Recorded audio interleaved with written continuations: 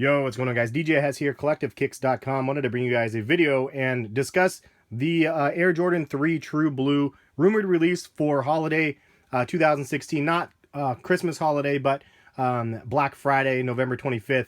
And supposedly these are going to be releasing in the OG form with the Nike Air on the back, similar to the way they did the cements a couple years ago. And basically, I just want to give you guys my 2 cents on this retro. I want to hear you guys' thoughts on this as well, so weigh in the comment section, please. If you guys like the video, the discussion video, please give it a thumbs up. Show your support on that. I always appreciate that when you guys do that. But let's get into the discussion. So I believe this is the last pair of Air Jordan 3s that dropped 2014, towards the end of the year.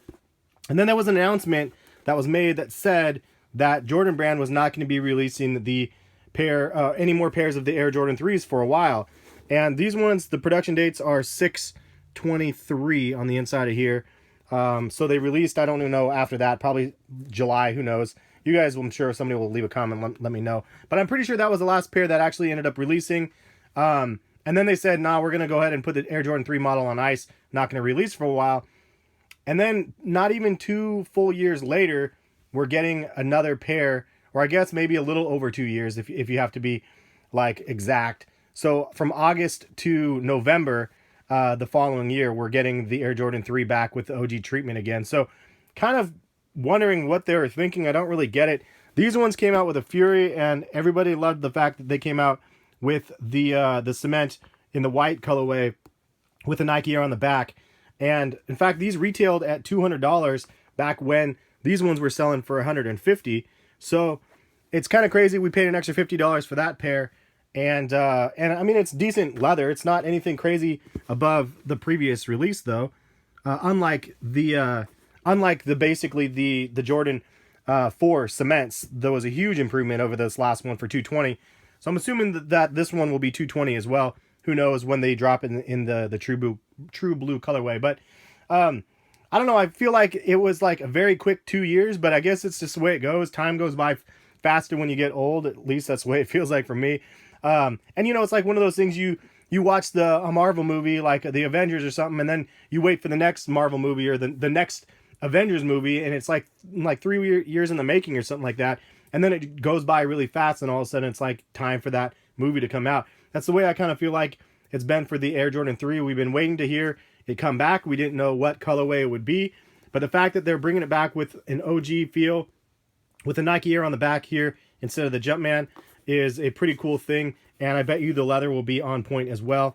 The 3s were not bad, I don't think, back in the day. I mean, it wasn't as good as it could have been. You can see the McDonald's leather right here, super ridiculous, and then just kind of McDonald's leather that was tumbled in a sense on these ones.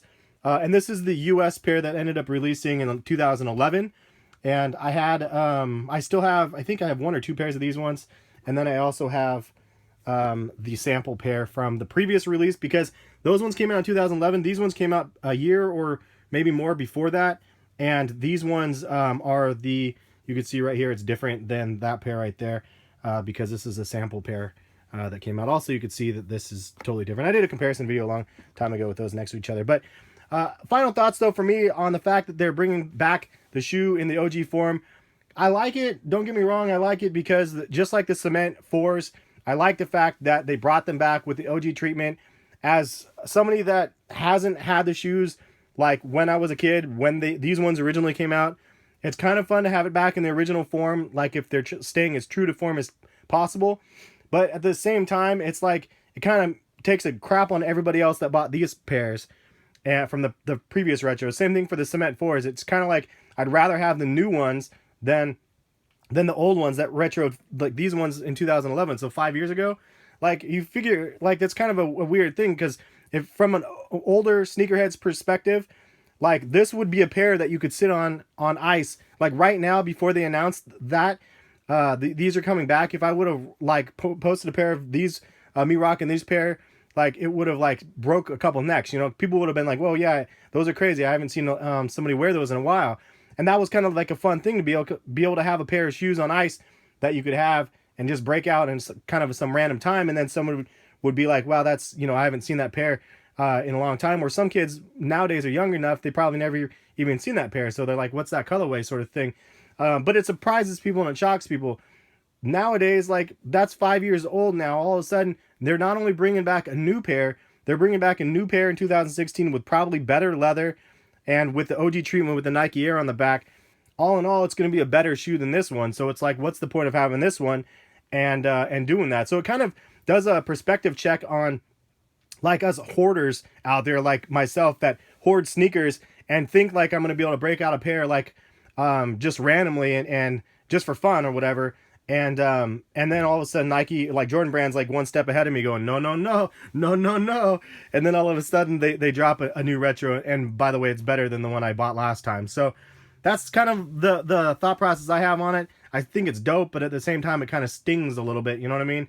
But it's a dope colorway. It's definitely not the fan favorite of all of the Air Jordan 3s because the black cements is definitely the number one, like, fan favorite colorway. Like, this is another one that was really big, the white cements.